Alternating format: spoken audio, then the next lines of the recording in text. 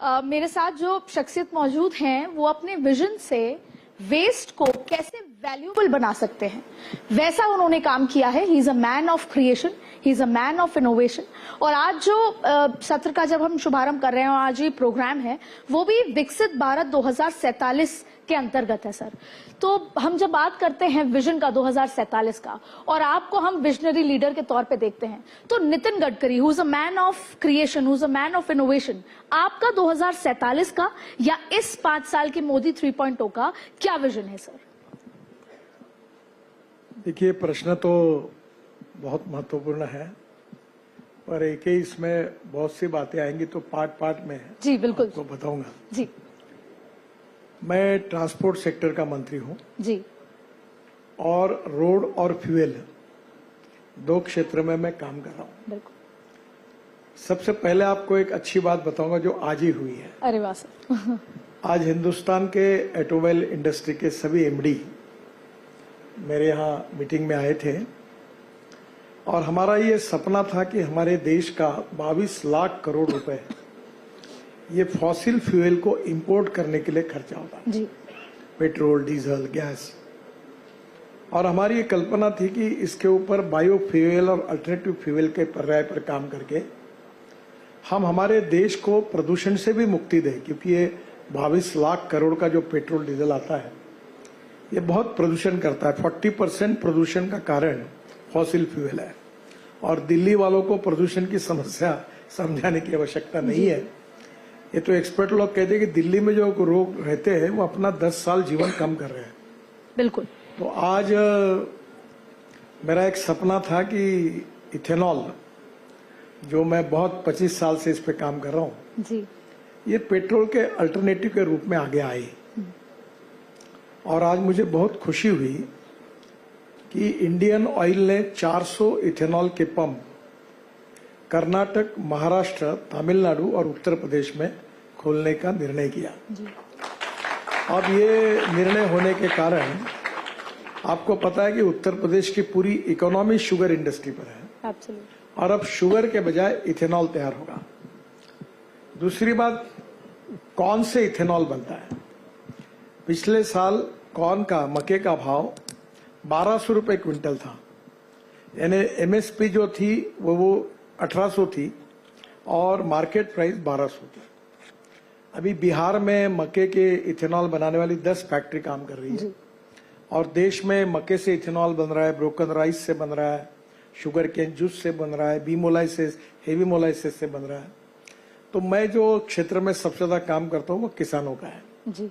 तो आज मुझे खुशी हुई कि जो 1200 रुपए क्विंटल मक्के का भाव था वो 2800 रुपए क्विंटल हुआ और किसान के जेब में पैसे गए। सर, इसमें जो हम नॉर्मल गाड़ियां इस्तेमाल करते हैं जिसमें पेट्रोल डलता है, क्या इथेनॉल उन्हीं गाड़ियों में होगा या उसके लिए एक नई इंजन, नई गाड़ियां होंगी? आप अभी गेट पर जगदीश जी आए थे। जी। मैं जिस गाड़ी में बैठकर आया हूँ जी, वो टोयोटो कंपनी की इनोवा गाड़ी है। जी, वर्ल्ड की पहली गाड़ी है। जी, ये यूरो 6 इमिशन नॉर्म को कंप्लाई करती है। जी। और ये गाड़ी जो है इथेनॉल उसमें डालने के बाद वो 60% बिजली तैयार करती है। तो 60% बिजली पे चलती है और 40% इथेनॉल पे चलती है। पेट्रोल का भाव 120 रुपए लीटर है और इथेनॉल का भाव 60-62 रुपए लीटर है। तो इसका एवरेज अगर पेट्रोल से तुलना की जाए तो पेट्रोल का भाव 25 रुपए लीटर होगा और ऊपर से पोल्यूशन नहीं। तो अभी तो गाड़ी बाजू में खड़ी है तो आप देख सकते हैं। बिल्कुल सर। दूसरी बात जो है कि आज मुझे खुशी इस बात की हुई कि 2 व्हीलर में बजाज, टीवीएस, हीरो, यामा, सुजुकी और रॉयल एनफील्ड, ये 6 कंपनियों ने 2 व्हीलर्स, मोटरसाइकिल, स्कूटर और 3 व्हीलर इसमें बनाने वाले जो है उन्होंने 100% इथेनॉल पर बनाया है और मार्केट में लॉन्च कर रहा है। ये पहली बार किसी मीडिया को मैं बता रहा हूं आपके। दूसरी इंपॉर्टेंट चीज कि 4 व्हीलर जो है उसमें टोयोटो, मारुति सुजुकी, टाटा, महिंद्रा और हुंडई, ये 5 कंपनियां अपनी 100% इथेनॉल पर चलने वाली गाड़ियां लॉन्च कर रहे हैं। तो आप इस देश में जो पेट्रोल हम इंपोर्ट कर रहे थे, अब इसके बाद किसानों ने तैयार किए हुए इथेनॉल पर हमारी गाड़ियां चलेगी और ये सस्ता भी है।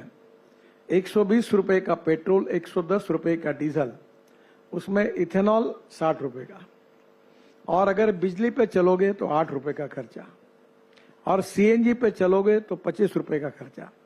सर तो इसका ये मतलब हुआ, एक छोटी सी बात और बता दूं कि हमारा किसान अब अन्नदाता केवल नहीं है, ऊर्जादाता बन गया। ऊर्जादाता नहीं, ईंधन दाता बन गया। ईंधन दाता नहीं, अब वो विशेष रूप से बिटुमिन दाता बना है। और ये जो गैस की 400 फैक्ट्री सीएनजी की आ रही है राइस स्ट्रॉ से, उसमें 35% लिग्नेंट निकलता है जी। और मैंने ऑयल कंपनियों की अभी मीटिंग बुलाई है। हमारे इसमें देश में 90 लाख टन बिटुमिन लगता है और 40 से 50 लाख टन हमारी रिफाइनरी की कैपेसिटी है और 50 लाख टन हम इंपोर्ट करते हैं। अभी ये जो लिग्नेंट निकलेगा ये और बायो बिटुमिन, ये 35% तक बिटुमिन में डाला जा सकता है। फिर मैंने इंडियन ऑयल के चेयरमैन को कहा, आज ही उन्होंने बताया कि हमने काम शुरू कर दिया। 7% प्लास्टिक, और जो टायर है आपके वेस्ट टायर, उसकी पाउडर निकालकर वो रबर 15% और 35% बायो बिटुमिन डालेंगे, तो जो 90 लाख टन का इंपोर्ट है वो शायद करने की जरूरत नहीं पड़ेगी और ये वेस्ट टू वेल्थ वाला सपना पूरा होगा। बिल्कुल। तो दो इंपॉर्टेंट चीजें मैं अक्सर याद रखता हूं और सबको बताता हूं। One is knowledge to wealth, जी। Innovation, entrepreneurship, science, technology, research, skill and successful practices, we name it as knowledge, and conversion of knowledge into wealth, ये हमारा भविष्य है। और दूसरी बात, conversion of waste into wealth. और मुझे खुशी है कि आप दिल्ली में गाजीपुर नाम की एक टेकड़ी है कचरे की, बिल्कुल। हमने 7 मीटर टेकड़ी की हाइट कम की है। दिल्ली मुंबई हाईवे में और UR2 में और काफी जगह तक हमने 80 lakh ton municipal waste highway में यूज की है। और अब आगे जाकर ये म्यूनिसिपल वेस्ट को सेग्रीगेट करके इसमें प्लास्टिक, ग्लास और मेटल रिसाइकलिंग होगी, और जो ऑर्गेनिक वेस्ट होगी वो बायोडाइजेस्टर में डाल के उससे सीएनजी भी बनेगा और हाइड्रोजन भी बनेगा। आज सुबह अमेरिका के बड़े बड़े कंपनी के सीईओ की कॉन्फ्रेंस हुई, मुझे वहां जाने का मौका मिला। तो हिटैची कंपनी, बाकी सब अमेरिका की बड़ी बड़ी कंपनी थी, और मैंने उनको कहा कि हाइड्रोजन फ्यूल स्टेशन और हाइड्रोजन ट्रांसपोर्ट, इसमें आप टेक्नोलॉजी लेकर आइए। और मैं आपको बताना चाहता हूं कि अगले आने वाले समय में म्यूनिसिपल वेस्ट से और हम हाइड्रोजन तैयार करेंगे। और अभी हम ऊर्जा को आयात करने वाला देश है, हम ऊर्जा को निर्यात करने वाला देश बनेंगे, ये मैं आपको बताता हूँ। एक बात, शायद मैं इतनी अलग अलग बातें कर रहा हूं कि आप में से बहुत लोग बोलेंगे नेता आते और बोलते जाते हैं। मैं उनमें से नहीं हूं। मेरे आज तक घोषित किए हुए एक भी बात को कोई भी पत्रकार चैलेंज नहीं कर सकता। मैं जो बोलता हूं वो 100% हुआ है और इसलिए होगा, इसके ऊपर विश्वास रखिए। सर आपने क्या किया है, जगदीश सर आप भी इस बात पे इत्तेफाक रखेंगे, इंटरनेशनल पॉलिटिक्स का मुद्दा ही छीन लिया। जिस क्रूड ऑयल पे झगड़ा हो रहा है, रशिया की बात करें, अमेरिका की बात करें, भारत, आपने उस क्रूड ऑयल का मसला ही, अगर ऐसा रहा जो आप विजन बता रहे हैं और ये धरातल पे आया, तो शायद वो मसला ही एक तरह से पूरी खत्म होता और नहीं, नजर आएगा। वो क्या होगा मैं आपको बताता हूँ। तो आप विश्व शांति के लिए काफी बड़ा अभी आपका कदम जो है। लोग क्रूड ऑयल के आधार पर, बोलना नहीं चाहिए पर शब्द उचित है, दादागिरी, जी बिल्कुल दादागिरी तो जो हमारे ऊपर रोज रेट बढ़ा के होती है। जी। अब हिंदुस्तान अगली बार हाइड्रोजन, ग्रीन हाइड्रोजन तैयार करेगा। हाइड्रोजन 4 प्रकार का है। जो कोयले से होता है ब्लैक हाइड्रोजन, जो पेट्रोलियम से होता है ब्राउन हाइड्रोजन, और जो बायोमास कचरे से और पानी से होता है वो ग्रीन हाइड्रोजन। हाँ, we are the number 1 manufacturer in the world of electrolyser. जो पानी से ऑक्सीजन हाइड्रोजन को अलग करने वाला इलेक्ट्रोलाइजर हम बनाते हैं, पर 1 kg हाइड्रोजन के लिए 50 यूनिट बिजली लगती है। अब ये जो म्यूनिसिपल वेस्ट है ये इजीली अवेलेबल है, और मेरा टारगेट है कि हमारा 1 kg $1, $1 में 1 kg हाइड्रोजन आएगा तो आपकी पर किलोमीटर कॉस्ट 15 से 20 पैसे आएगी। ट्रक, बसेस, हवाई जहाज, कार, रेलवे और फैक्ट्रीज, केमिकल फैक्ट्रीज सब हाइड्रोजन पे चलेगी। और हाइड्रोजन हम इतना तैयार करेंगे कि हम हाइड्रोजन को निर्यात करेंगे और फॉसिल फ्यूल का इंपोर्ट बंद कर देंगे और दुनिया में भारत समृद्ध संपन्न बनेगा और आत्मनिर्भर भारत बनेगा। ये पक्का होगा सर, क्योंकि यहाँ पे बहुत सारे लोग मौजूद हैं और मुझे जाहिर तौर पे ये लगता है कि सभी के मन में, और आप ही की वजह से, क्योंकि आपने कई बार ईवी की गाड़ियां जो हैं उसकी व्हीकल के लिए, इलेक्ट्रिक व्हीकल के लिए कई बार आपने कहा है और लोगों ने उसे अडॉप्ट करने की कोशिश की है, लेकिन अब उसके बहुत चैलेंजेस हैं और मैं चाहती हूँ आप ही के मुंह जबानी वो तमाम चीजें यहाँ पर निकले। ईवी को लेकर सबसे पहले सवाल उठता है कि उतनी ज्यादा मात्रा में चार्जिंग स्टेशन नहीं है। ईवी की अगर हम कंपनियों में जाते हैं गाड़ियां लेने तो बताते हैं कि मैन्युफैक्चरिंग अभी बंद है, रोकी हुई है। 2 व्हीलर की बात करें, 4 व्हीलर का जिक्र करें, तो ईवी को लेकर जितना बड़ा प्रमोशन हुआ या लोगों की चाहत थी, लेकिन उस तरीके का मार्केट जो है वो दिया नहीं गया लोगों को। ऐसा क्यों सर? पहली बात तो आपकी कुछ बातों को मैं सुधारूंगा जी। Electric vehicle, electric car, electric scooter, electric auto rickshaw और दिल्ली में electric e rickshaw, e rickshaw भी मैंने देश में लाई और मुझे बहुत सबसे अच्छा काम हुआ। 1.5 करोड़ लोग आदमी आदमी को धोने का काम करते थे और ये मैकेनिज्ड ड्रिवन ई रिक्शा मैंने लाई, तब मैंने मार्केट में अवेलेबल जो पार्ट थे वो यूज करने की अनुमति दी और आज 1.5 करोड़ लोगों को जो अमानवीय रूप से जिनका शोषण हो रहा था उनको मुक्ति मिली और मैकेनिज्ड ड्रिवन ई रिक्शा और मैकेनिज्ड ड्रिवन ई कार्ट आया। अब कोई बोरा पीठ पर रखा हुआ आपको दिखता है कि नहीं मिलेगा सर। बिल्कुल, इट्स अ ये ब्लेसिंग। मुक्ति इससे मिली। एक बात आपको बता रहा हूं, पहली बात, अभी इलेक्ट्रिक में जो स्कूटर है वो 120 किलोमीटर चार्ज होती है। बजाज और टीवीएस कंपनी ने स्टडी किया तो दोनों के स्टडी में है कि एक व्यक्ति दिन में 24 से 26 किलोमीटर स्कूटर चलाता है और जबकि वो 120 किलोमीटर चार्ज है और घर में रात को गाड़ी रखी, 12 बजे 10 बजे पहुंचे, लग दिया प्लग, 2-4 घंटे में चार्जिंग होता है। जी। मेरे घर पर 17 इलेक्ट्रिक कार है और वो कार में प्लग है और रात को आती है और लग, एक कार मैक्सिमम 80 किलोमीटर चलती है। तो इलेक्ट्रिक में चार्जिंग का कोई प्रॉब्लम नहीं है। अब दूसरी बात, इलेक्ट्रिक में विशेष रूप से जो प्रॉब्लम कहा है कि अभी दिल्ली से जयपुर यहाँ प्रॉब्लम है, दिल्ली से मुंबई गाड़ी में जाओगे तो प्रॉब्लम है क्योंकि डिस्टेंस बड़ा है और इसलिए अभी हमने 670 रोड साइड एमिनिटीज बनाई है और उसमें हर जगह पर चार्जिंग स्टेशन है। और आज ही मैंने एक नया ऑर्डर निकाला और मेरे एक ड्रीम प्रोजेक्ट है जी। और वो नागपुर के रिंग रोड पर 50 किलोमीटर मैं गया था झकोस्लाविया स्कोडा कंपनी में और वहां जाकर मैंने देखा कि वहां इलेक्ट्रिक की बस है। वो ऐसी नहीं, इलेक्ट्रिक बस स्टॉप पे खड़ी होती है और एक चार्जर, फ्लैश चार्जर ऊपर से नीचे आता है और आधा मिनट में बस को चार्ज करता है और बस 40 किलोमीटर जाती है। फिर चार्जर आता है, फिर 40 किलोमीटर जाती है। तो स्कोडा कंपनी का मैंने टाटा के साथ जॉइंट वेंचर कर दिया और हिटैची और सीमेंस दो के पास एक फ्लैश चार्जिंग टेक्नोलॉजी है और आज ही नागपुर का पहला प्रोजेक्ट 170-60 करोड़ रुपए मैंने इसके लिए मंजूर किए। ये जो बस बनेगी ये बड़ी इंटरेस्टिंग है। ये 135 सीटर बस होगी, एयर कंडीशन होगी, आप जैसे बैठे हैं वैसे एग्जीक्यूटिव चेयर होगी, बस में बस होस्टेस, एयर होस्टेस जैसी होगी, चाय कॉफी नाश्ता मिलेगा और सामने लैपटॉप होगा और बस का टिकट डीजल बस की तुलना में 30% कम होगा और दिल्ली से जयपुर, वंडरफुल सर। ये बस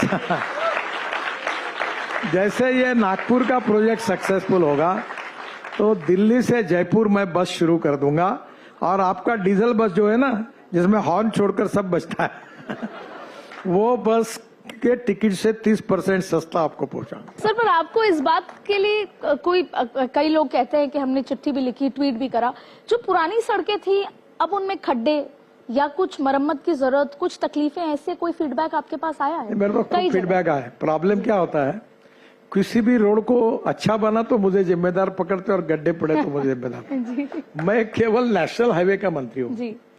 वैसे आप गुड़गांव की इसलिए बताओ, अंडरपास जो है ना गुड़गांव में, बिल्कुल सर, वो म्यूनिसिपल कारपोरेशन ने मुझे 50% देने का कबूल किया, पैसे नहीं दिए, मैंने अपने खर्चे से बनाया। वहाँ एक हीरो का स्क्वायर है, वो ब्रिज मैंने बनाया। जी फिर इप्को का कोई है, जी। वहाँ ब्रिज बना है।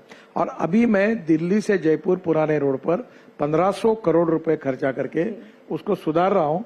बहुत अतिक्रमण है, प्रॉब्लम है, और मैंने देश में 2 रोड के कारण बहुत गालियां खाई। ये जयपुर का पुराना हाईवे एक्सप्रेस और एक हमारा मुंबई गोवा का। जी ये बड़े मुझे एक बड़ी तकलीफ देने वाली बात है। अब इसको भी पानी बरसात के बाद एक सर आम लोगों से जुड़ी एक समस्या है, वो आज आपसे खुल के समझेंगे। टोल, सड़कें अच्छी हैं तो टोल महंगा है, और ये अगर एक्सप्रेस वे का ही जिक्र करें, और जब भी इंस्टाग्राम खोलते हैं हमें वो टोल के मीम्स नजर आते हैं। तो मैं ये समझना चाहती हूँ कि टोल को लेकर जिस तरीके से लोगों में एक बात आई है कि जब सड़कों 2 साल हो गए, इनका मुआवजा पूरा हो गया, फिर भी टोल लिया जा रहा है। सर असल में मुद्दा क्या है टोल को लेकर? देखिए, इसका जन्मदाता मैं हूँ जी अगर बिल्कुल इसमें अच्छी बुराई को, जब मैं महाराष्ट्र में मंत्री था जी तो पैसे नहीं थे सरकार के पास, तो मैंने मुंबई में 55 फ्लाईओवर्स बनाए। जी आप कभी मुंबई जाओगे तो समुद्र में एक ब्रिज बना है, वर्ली बांद्रा, बिल्कुल सर, वो मैंने ही बनाया। खूब फिर बेहद मुंबई खूबसूरत। पुणे एक्सप्रेस हाईवे बना है। तो पैसे मैंने कैपिटल मार्केट से उठाए लोगों से, तो पैसे वापस करने पड़े, वो पैसा भी वापस हो गया। अब पहली बात, मुंबई से पुणे आने के लिए 9 घंटे लगते थे। आप में से जो मुंबई वाले होंगे उनको पता होगा, बरसात में वो खंडाल लोनावला में ट्रक उल्टा हो जाता था, 9 घंटे लगते थे। अब 2 घंटे में आते हैं, तो 7 घंटे गाड़ी कम चलती है तो फ्यूल बचता है, टाइम बचता है, सिक्योरिटी है। तो ये पब्लिक प्राइवेट इन्वेस्टमेंट से बना है। अब देखो, मैं आपको बताता हूँ, मैं देहरादून जाने के लिए यहाँ से 8 घंटे लगते, 9 घंटे। अगला आने वाले साल के 1 जनवरी से मैं आपको गारंटी देता हूँ कि दिल्ली से देहरादून 2 घंटे में जाओगे, दिल्ली से जयपुर 2 घंटे में जाओगे, दिल्ली से अमृतसर 4 घंटे में जाओगे, दिल्ली से कटरा 6 घंटे में जाओगे, दिल्ली से मनाली मैं एक नया रोड बना रहा हूँ, वो रोड पे आप 8 घंटे में जाओगे, और बेंगलोर से चेन्नई 2 घंटे में जाओगे। अभी मैसूर से बेंगलोर 4.5 घंटे लगते थे, अब 1 घंटे में हुआ। दिल्ली से मेरठ 4.5 घंटे लगते थे, अब 50 मिनट में हुआ। तो मैं आपको ये जब रोड बनाएंगे तो आपका फ्यूल भी बचेगा, टाइम भी बचेगा। और ये हम मार्केट से, अभी मैं हमारे बॉन्ड्स इशू को हमने ये किया था, सब्सक्राइब किया था, तो आपको बताने में मुझे खुशी हो रही है कि मुझे हमारे इनविट बॉन्ड को 7 दिन का टाइम था। Bond issue was subscribe for 7 days. पहले दिन 7 घंटे में 7 टाइम्स ओवर सब्सक्राइब हो गया, इतना पैसा की बरसात आई। अब ये पैसे पे मैंने ये तय किया कि अब मैं छोटे लोगों के पैसे से रोड बनाऊंगा। तो मैंने अभी हमारे बॉन्ड्स ऐसे निकाले हैं कि जो हमारे बॉन्ड्स लेंगे, जिसमें एनएचआई गारंटी देगा, उसमें मैं 8.05 इंटरेस्ट ईयरली दूंगा एश्योर्ड, और इंटरेस्ट हर महीने में उनके अकाउंट में जमा करूंगा। अभी जो रिटायर्ड लोग हैं, पत्रकार है, कोई सरकारी कर्मचारी है, कांस्टेबल है, इसको बैंक में 4.5-5% ब्याज मिलता है। मैं उसको 8.05% ब्याज से पैसे लेके रोड बनाऊंगा, तो उसके पैसे मुझे वापस करने पड़ेंगे। तो दूसरी बात, अरुणाचल, मेघालय, नॉर्थ ईस्ट में मैं 4 लाख करोड़ के काम कर रहा हूँ। ब्रह्मपुत्रा पर कितने ब्रिज, 6-7 ब्रिज बना रहा हूँ, बन गए कुछ, इतने रोड बड़े बड़े बना रहा हूँ। अरुणाचल में जाओ 1 लाख करोड़ के काम अरुणाचल बन रहा हूँ। फिर कश्मीर में तो मैं 67 टनल बना रहा हूँ।